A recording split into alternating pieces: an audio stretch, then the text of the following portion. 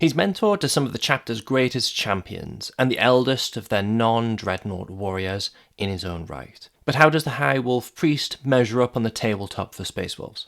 In this video, we'll take a brief look at the lore behind Ulrik the Slayer, his datasheet and abilities on the tabletop, leadership options and detachment synergies with tactical considerations. Welcome to my mini Grimdark.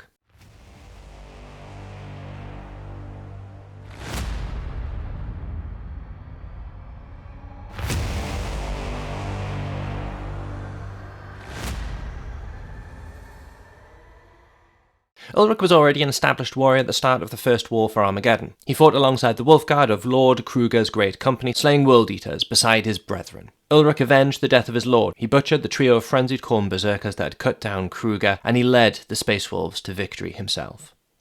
He earned his name the Slayer forthwith, and was elected to take on the company as its Wolf Lord.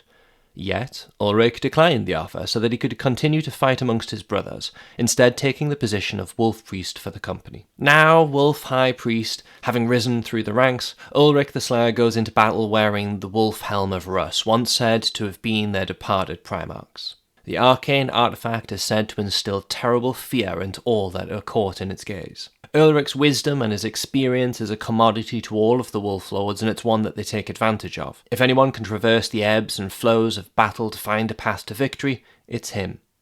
He still counsels the young wolves too, referencing the sagas and clinging to the belief that the lost Primarch will return for the final battle. In the meantime, it's said that Ulrik knows of his own impending death and is zealously swearing oaths to destroy enemies of the Emperor, determined to leave his mark on the galaxy before he finally passes through the jaws of Morkai. On the surface, Ulrik's datasheet is primarily that of a Wolf Priest. Movement 7 inches, toughness 4, 3+ save with an inbuilt 4+ invulnerable save. He has 5+ leadership instead of 6+, which interestingly makes him the best in this area in the Codex supplement, and OC1.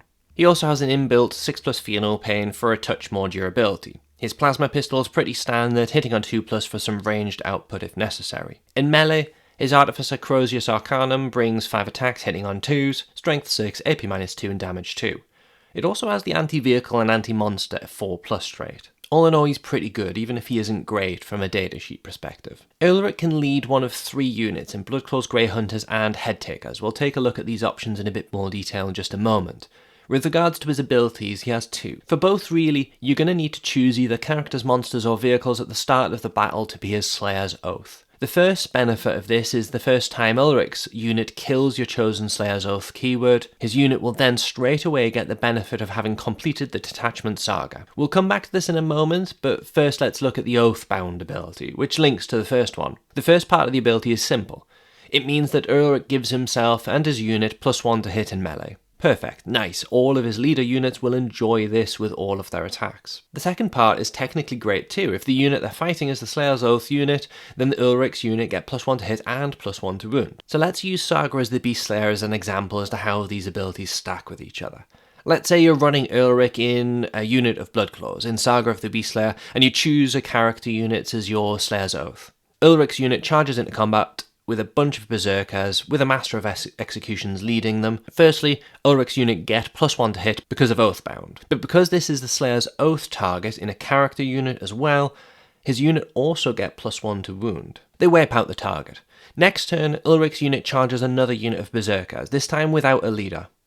Now they still get the +1 to hit, but they won't get +1 to wound on this occasion because they're not fighting a character unit.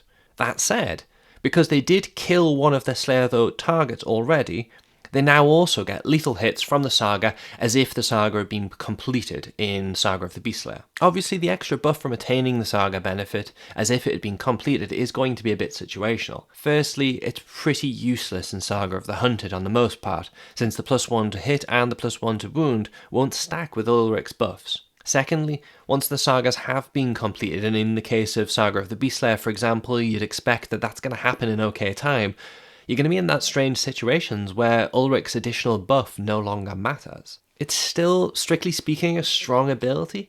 It just feels like a bit of a 3 in the morning, we just need something to make his firstborn character different from the rest, and we'll sort him out proper when we update the sculpt decision from Games Workshop. I like the link between Slayer's Oath and Oathbound to get a +1 to hit and +1 to wound against chosen prey, But why isn't the other ability tailored to his relic mask he's wearing that's mentioned in the lore? It's supposed to be the helmet of a Primarch. Surely we should have some fun rules around it.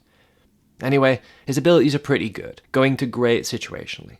But just situationally, unfortunately. I wouldn't run Ulrik solo, I don't think, so let's look at his leadership options in more detail and what he brings to these 3 units. I'm just going to do this in a void first, then let's talk about Ulrik's competition for these units, since Space Wolves have some great leadership options.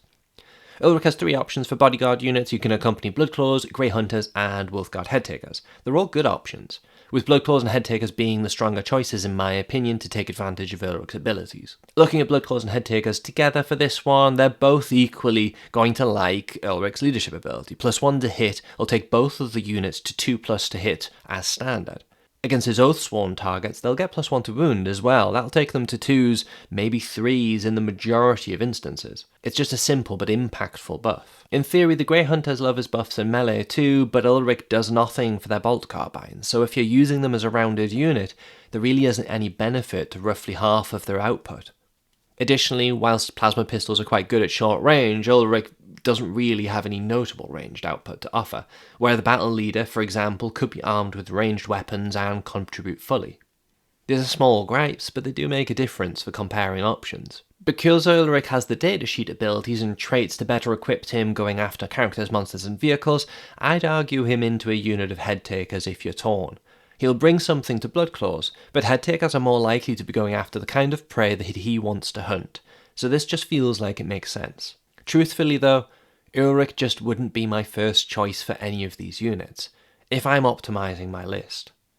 You can look at the Wolf Priest and Battle Leader in more detail in the video above, but both provide bigger, more impactful buffs that are easier to access, and the Battle Leader in particular comes in nice and cheap. For a more rounded character that gives Grey Hunters a boost, the Battle Leader or Njal Stormcaller are both more interesting. Sorry Ulrik, you're not bad, there are just better options in Codex Supplement Space Wolves at this time.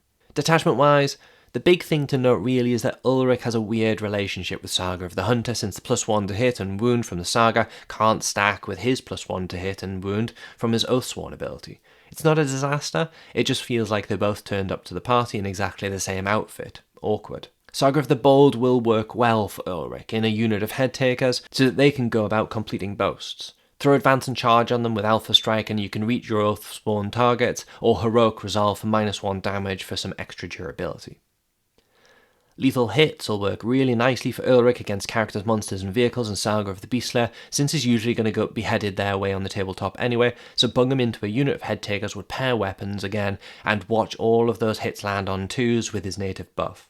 As for the sculpt, Ulrik the Slayer has a very wise and knowledgeable form in his latest sculpt, albeit he looks a little bit wooden if you ask me. I much prefer his fierce previous take, mask on and engaged in battle. For me, this better reflects Ulrik the Slayer from the lore. He leads by example, desperate to leave his mark on the galaxy. He's not had a Primaris glow up yet, though the fact that his datasheet remains in the Codex Supplement is a positive thing, I'd say. It hopefully means a new sculpt isn't too far away. Generally speaking, Ulrik's fine. His datasheet is more accessible than Njal's, I would argue, for example, since his role is pretty well defined. If you want a unit leader, that'll give their attached unit a genuinely useful buff, along with a slightly convoluted but otherwise impactful secondary buff, and bring pretty strong melee profile with anti-vehicle and anti-monster traits, Ulrik gives you all of those things for under 100 points. The thing is, the Space Wolves have a great selection of leaders. Sustained hits and rerolls of 1s to hit are equally and easier to match buffs for the units that both characters can lead. The Battle Leader has the advantage of being cheaper in cost and has the flexible loadout options as well. In fact, to be honest, the standard Wolf Priest gives +1 to wound natively for their unit without you needing to jump through any hoops. Ulrik's problem stems from a datasheet that feels like it was designed after the ones mentioned above. It feels like Games Workshop wanted to prioritise the lovely new Primaris scale characters. Ulrik has become an afterthought, and his rules are designed to be different from the other characters, rather than fitting for the lore and exciting on the tabletop. His mask, the Helm of Russ for God's sake, doesn't feature in his datasheet, and his ferocity is represented by situationally okay anti-traits, complemented by a good second buff that requires you to jump through hoops to get it. Ulrik the Slayer is a good character in 10th edition.